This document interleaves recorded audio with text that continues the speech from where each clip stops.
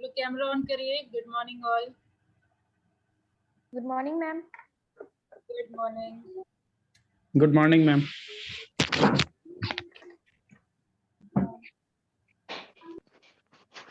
Good morning ma'am. Good morning ma'am. Sorry for this conversation. चलिए, तो आज का टॉपिक हम लोगों का है क्या। नया टॉपिक शुरू होगा। सेल्स ऑफ गुड्स कंप्लीट हो चुका था, सबका रिवीजन हो चुका है।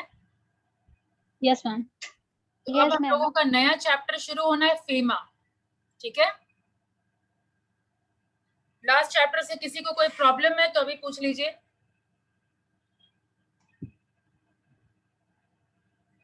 लास्ट चैप्टर से किसी को कोई प्रॉब्लम, डाउट, दिक्कत, परेशानी? मैम मेरे को वो तो पूरा चैप्टर ही एक बार हमको पूछना होगा, पूरा छूट गया। होगा जैसे कि जी मैम, रिटर्न मैंने कर लिया, बस उसको एक बार समझा देते हैं। मैं कॉलेज जब खुलेगा तो हम रिटर्न वर्क पूरा कर लिया, लिख लिया, बस समझाना है। पूरा समझाना तो आप बाद में भी डिस्कशन कर सकते हैं, या बाद में भी हम लोग रिवीजन करेंगे। अगर पर्टिकुलर टॉपिक में है या ये पर्टिकुलर टॉपिक समझ में नहीं आया तो वो आप पूछ सकते हैं। मैम हमें जब तक अभी जितना तक पढ़ाई हुआ फिर से रिवीजन करवाइएगा टोटल सिलेबस खत्म होने के बाद। ऑब्वियसली सिलेबस खत्म तो होने के बाद तो करवाना ही है रिवीजन।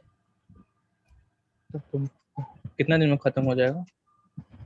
अब आपको देखिए कितना दिन है, वो ऐसा कुछ गिन करके नहीं लिख रखी हूँ मैं। हाँ, अभी 2-3 चैप्टर है। पहले हो फेमा है, उसके अंदर बहुत सारे इंस्टीट्यूट्स हैं, आरबीआई है, उसके बारे में जानना है, और 2 चैप्टर बच रहे हैं। ठीक है, ये महीना आप रख लीजिए, इस मंथ में खत्म हो जाएगा, फिर हम लोग रिवीजन शुरू करेंगे। और जो लोग पार्टनरशिप चैप्टर का मई में तो चैप्टर फिर से एक बार रिवीजन करवा दीजिएगा। वो पार्टनरशिप में बहुत प्रॉब्लम हो रहा थोड़ा बहुत, डिसोल्यूशन फॉर्म जैसे कि। जो लोग रेगुलर हैं उनके बारे में मैं पूछ रही हूँ। जो एब्सेंट है उसके लिए तो आप वेट करिए सिलेबस खत्म होने का। जो लोग रेगुलर हैं वो बताइए, कहीं कोई डाउट, दिक्कत, परेशानी तो बताइए। मैम एक बार ये डॉक्ट्रिन ऑफ केवियट इम्पोर्टर जो है उसको थोड़ा एक्सप्लेन कर देती मैम। क्या बताया गया था डॉक्ट्रिन ऑफ केवियट इम्पोर्टर? हाँ वो कुछ याद नहीं आ रहा मैम। लिखवाइए। वो मैम ये था इसमें, let the buyer be aware.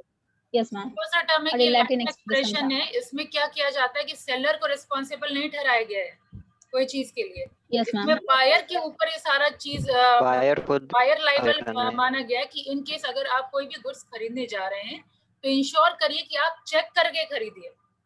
ठीक है, अगर कोई इश्यू होता है, कोई प्रॉब्लम आता है तो लाइबल होंगे आपके बायर ही, क्योंकि आपने देखा। ठीक है, ये इस एक्सप्रेशन का मतलब।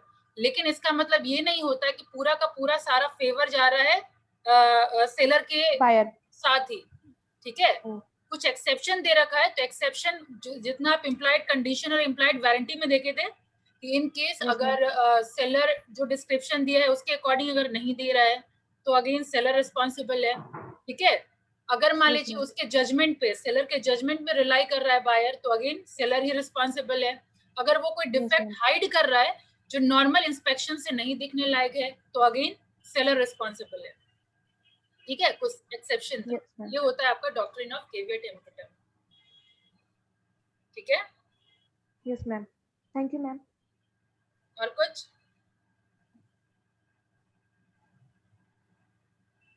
तो आगे बढ़ो। फेमा। Yes ma'am. देखिए, फेमा का फुल फॉर्म क्या होता है, किसी को कोई आइडिया? पहले कोई चैप्टर ही अगर पढ़े हो तो। फेमा का full form foreign exchange management change. Foreign exchange management act. ठीक है, ये बेसिकली एक्ट पास हुआ था किस चीज के लिए? फॉरेन एक्सचेंज के मैनेजमेंट के लिए। फुल फॉर्म बता रहे हैं, फॉरेन एक्सचेंज मैनेजमेंट एक्ट। ना question arises, what do you mean by foreign exchange? ठीक है, फॉरेन एक्सचेंज से हम समझते क्या है वो किस? सब लोग म्यूट रखिए। सृष्टि, आवाज आ रही है। फॉरेन एक्सचेंज से क्या समझते हैं दुर्गेश?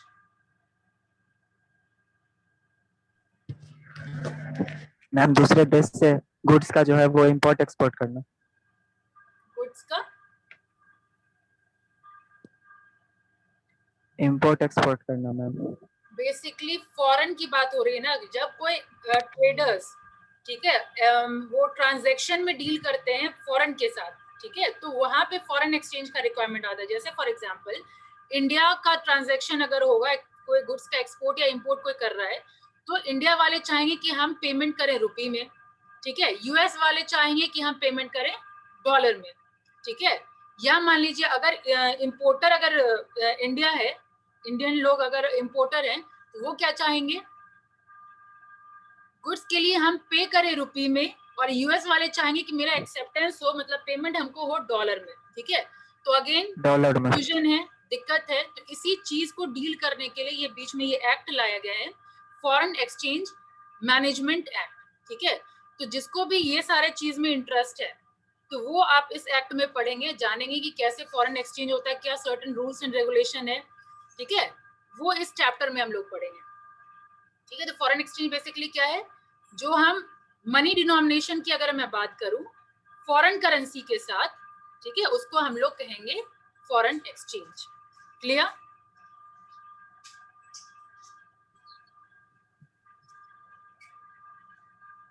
सब लोग क्लियर? Yes ma'am. रुपी का एक्सचेंज अगर मैं डॉलर के साथ करूं या यूरो के साथ करूं या किसी और कंट्री के करेंसी के साथ करूं, इसके बारे में अगर मुझे जानना है तो ये सारा कुछ लिखा हुआ है इस एक्ट के अंदर, फेमा एक्ट के अंदर। लेकिन अब ये फेमा का सर्टेन हिस्ट्री है। फेमा की मैं बात करूं तो फेमा बेसिकली ये रिप्लेसमेंट है किसी और एक्ट का, और वो कोई और एक्ट कौन सा है, वो है फेरा, ठीक है। यानी फेमा से पहले था आपका फेरा, जिसका फुल फॉर्म था फॉरेन एक्सचेंज रेगुलेटरी एक्ट, ठीक है। फॉरेन एक्सचेंज रेगुलेटरी एक्ट ये पहले था, उसी का रिप्लेसमेंट एक्ट है फेमा, जो 1999 में रिप्लेस हो गया। तो ये रिप्लेसमेंट का क्या फंडा है, पहले है फॉरेन एक्सचेंज रेगुलेशन और अब है फॉरेन एक्सचेंज मैनेजमेंट। बेसिकली क्या है, पहले हम लोग फॉरेन एक्सचेंज को रिस्ट्रिक्शन की बात करते थे, सर्टेन रूल्स एंड रेगुलेशन था उसके ऊपर, ठीक है। और जब ग्लोबलाइजेशन आया, ग्लोबलाइजेशन के बाद रिक्वायरमेंट पड़ा सब चीज को लिबरलाइज करने के लिए, छूट करने के लिए, ठीक है। इसीलिए हम लोग रिस्ट्रिक्शन इंपोज नहीं करके उसके मैनेजमेंट की बात करते हैं, ठीक है। तो हम लोग बेसिकली डिफरेंस भी मैं लिखवा दूंगी, फेरा और फेमा में क्या डिफरेंस है। सबसे पहले फेरा जो था वो काफी स्ट्रिंजेंट लॉ था, मतलब स्ट्रिक्ट लॉ था, बहुत ज्यादा नियम कानून था, ठीक है। तो सिचुएशन के साथ उसको चेंज करने की जरूरत थी। जैसे मैं आप लोग के सिनेरियो की बात करूं, जैसे हम लोग जब पढ़ाई करते थे उस वक्त टीचर्स लोग को मारना वारना सब कुछ अलाउड था, है ना। लेकिन अब सिनेरियो चेंज हो गया, अब टीचर्स हाथ नहीं उठा सकते बच्चों पे, ठीक है। तो सिचुएशन के अकॉर्डिंग सब चीज को लिबरलाइज किया गया, है ना। सेम वे आपका फॉरेन एक्सचेंज के साथ भी है। तो फॉरेन एक्सचेंज का पहले था स्ट्रिंजेंट, सब कुछ पे रिस्ट्रिक्शन, ग्लोबलाइजेशन के बाद, ग्लोबलाइजेशन की वजह से लिबरलाइजेशन भी लाया गया, तो सब चीज को लिबरल करने की जरूरत थी, छूट करने की जरूरत थी। तो फिर हम लोग को अपने एक्ट में भी थोड़ा छूट देना पड़ा, ठीक है। ये थोड़ा सॉफ्ट लॉ है। फेमा थोड़ा एक सिविल ऑफेंस है, अगर यहाँ पे कुछ क्राइम कर दें तो एक सिविल ऑफेंस कहलाया जाएगा। और पहले अगर आप फेरा एक्ट में अगर कुछ गड़बड़ काम करते थे तो वो उसको क्रिमिनल ऑफेंस माना जाता था, ठीक है। वहां फेरा में हम लोग रिस्ट्रिक्शन की बात करते थे, फॉरेन एक्सचेंज के रिस्ट्रिक्शन की। यहाँ हम मैनेजमेंट की बात करते हैं फेमा में, ठीक है। फिर सेक्शन भी बहुत ज्यादा डिटोरिएट किया, मतलब पहले ज्यादा सेक्शन था, अभी मात्र 49 सेक्शन है फेमा में, ठीक है। इसके अलावा और अगर मैं कंपैरिजन करूं तो पहले अगर आप कुछ क्राइम करते तो सीधा जेल, इम्प्रिजनमेंट, ठीक है, उसको टर्म देंगे इम्प्रिजनमेंट। अगर कुछ ऑफेंस की, अगर कुछ ऑफेंस मतलब होता है कुछ अगर रूल्स एंड रेगुलेशन के खिलाफ कोई काम अगर आप करते हैं तो सीधा जेल हो जाता है। लेकिन फेमा में पहले पेनल्टी, ठीक है, पहले पेनल्टी नहीं दे पाए तो 90 डेज के बाद आपको इम्प्रिजनमेंट वगैरह का प्रोविजन होता है, लेकिन ज्यादातर चाहते हैं कि इम्प्रिजनमेंट ना हो, ठीक है। ये सारा बेसिकली कंपैरिजन है। अगर हिस्टोरिकल बैकग्राउंड अगर हम देखें तो आपका फेरा था इंदिरा गांधी के रूल्स एंड रेगुलेशन के टाइम में, जब उनकी सरकार थी। फिर अटल बिहारी जी की जब सरकार आई तब ये फेमा आ गया, ठीक है। इतना समझ में आ गया? हाँ, yes ma'am. Yes ma'am. Yes ma'am. थोड़ा शुरू करिए आप लोग, आप लिखेंगे यस कैसे? मैम। हाँ, अब लिखना शुरू किए। टॉपिक दीजिए फॉरेन एक्सचेंज मैनेजमेंट एक्ट, ये आपका टॉपिक है। सबसे पहला, it came into effect from January. Ma'am voice clear नहीं आ रहा। वॉइस क्लियर नहीं आ रहा? अभी तक क्लियर आ रहा था। आ रहा है मैम। थोड़ा रुक यस मैम, क्लियर आ रहा है आवाज। Foreign exchange management act came into effect topic क्या बोले ma'am? FEMA, foreign exchange management act.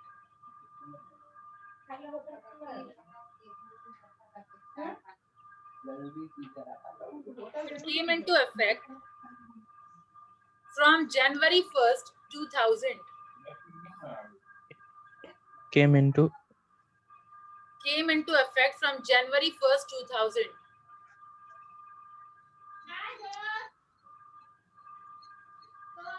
बोल के म्यूट करने का आदत डाल लीजिए चंदन, आवाज आ रही है आपकी साइड से। हो गया? Came into effect on 1st January 2000. Extends to whole of India.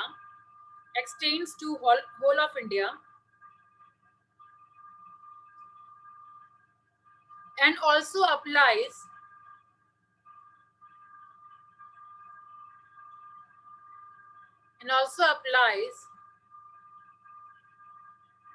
to all branches.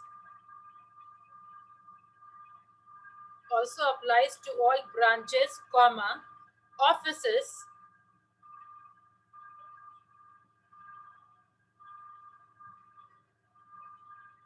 and agencies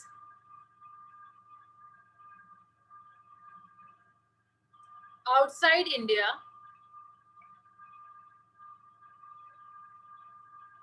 owned or controlled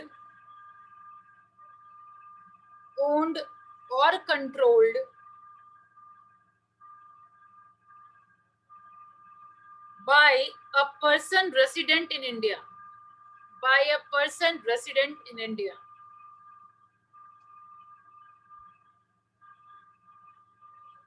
ये पर्सन रेसिडेंट इन इंडिया के बारे में कुछ सर्टेन नियम है, वो मैं आगे बताऊंगी आप लोगों को, ठीक है?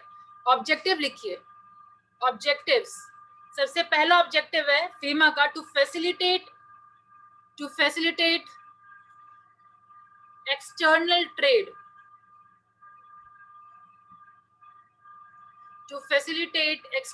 Trade. and payment.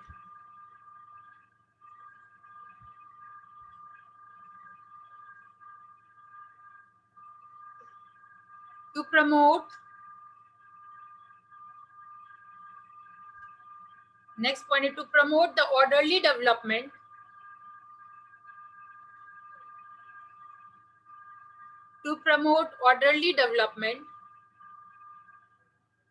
and maintenance of foreign exchange market.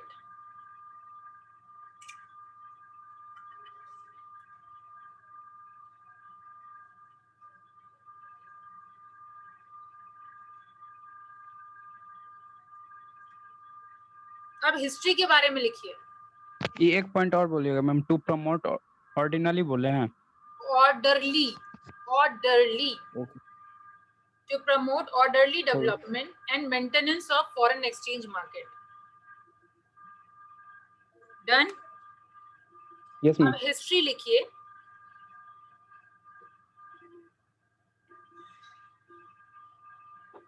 History में फेरा है, फेरा के बारे में डिस्कशन होगा, तो फेरा का फुल फॉर्म लिखिए।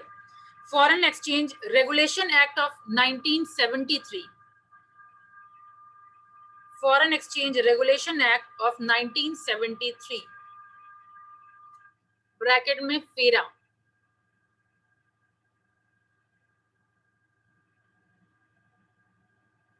was enacted.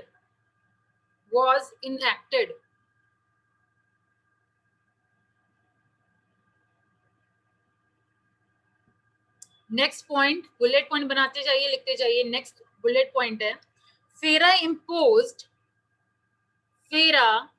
imposed stringent regulation. Stringent regulation. Stringent regulation मतलब क्या होता है? Strict regulation. ठीक है, stringent regulation मतलब बहुत ज्यादा strictness है इस regulation में. ठीक है, stringent का मतलब स्पेलिंग होगा STRINGENT, stringent. हो गया?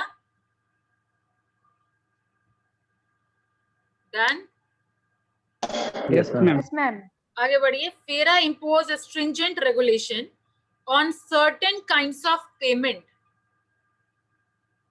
On certain kinds of payment. Full stop.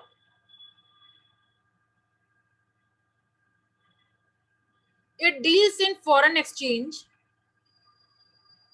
It deals in foreign exchange and securities. Securities जैसे इक्विटी हो गया, डेट्स हो गया, इन सबको सिक्योरिटीज बोलते हैं हम लोग. ठीक है. And the transaction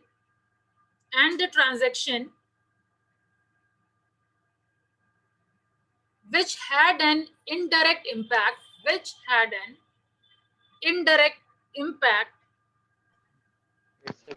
security and transaction, security के बाद है and transactions which had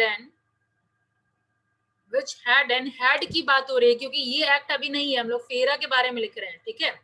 which had an indirect impact on foreign exchange and the import and export of currency.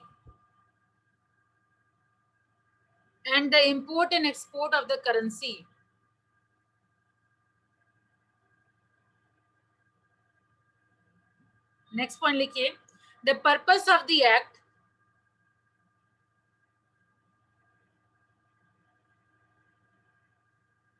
was to The purpose. the purpose of the act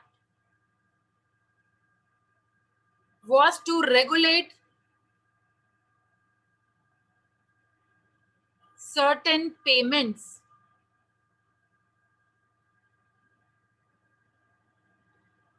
comma dealings in foreign exchange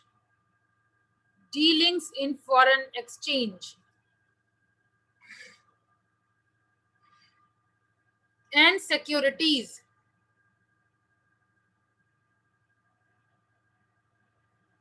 comma transactions.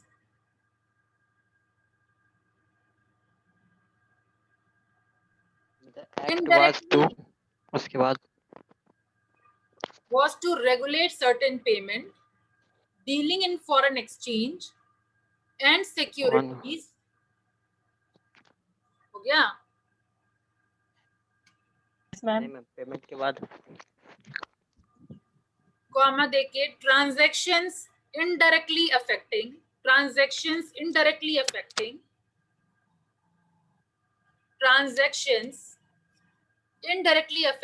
foreign exchange Yeah. and the import and export of currency for the conversion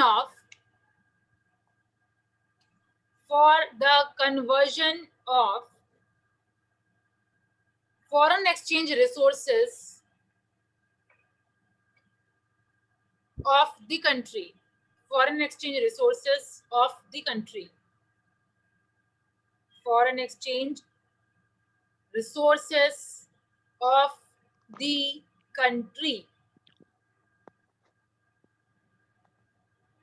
ma'am history के second point में kinds of के बाद क्या था?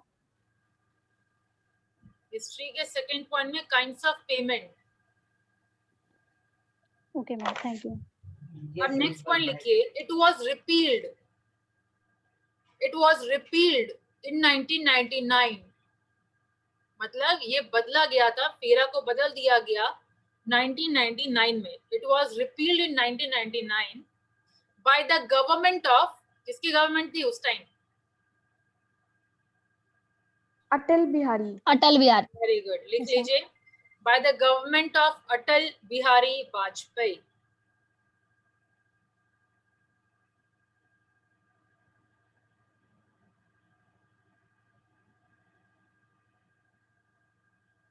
And replaced by the, FEMA का full form लिख लीजिए.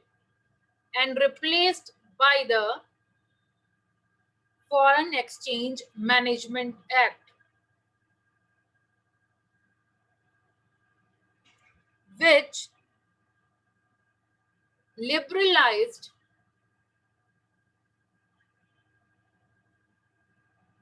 foreign exchange controls. के बाद क्या बोलूं मैं? Which liberalize foreign exchange control, foreign exchange control, which liberalize foreign exchange controls and restriction on foreign investment, and restriction on foreign investment.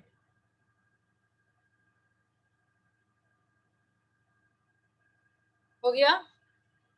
Next point लिखिए. Yes. It brought a new management regime. It brought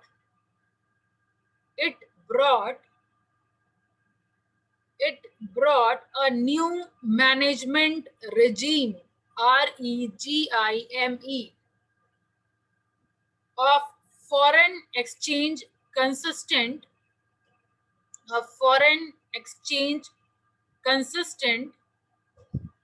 with the emerging framework of the World Trade Organization.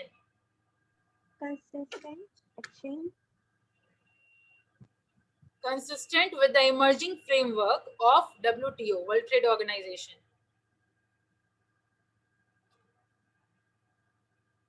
ठीक है, ये था history. अब point आता है हमारा difference of फेरा एंड फेमा. मतलब जब फेरा था ही तो फिर फेमा को क्यों लाया गया. ठीक है, तो ये बेसिकली हम लोग वही जैसे हम लोग डिफरेंस करते आए सारे चैप्टर्स में. ठीक है, दोनों टेबल बना करके वो हम लोग करेंगे, लेकिन उससे पहले आप लोग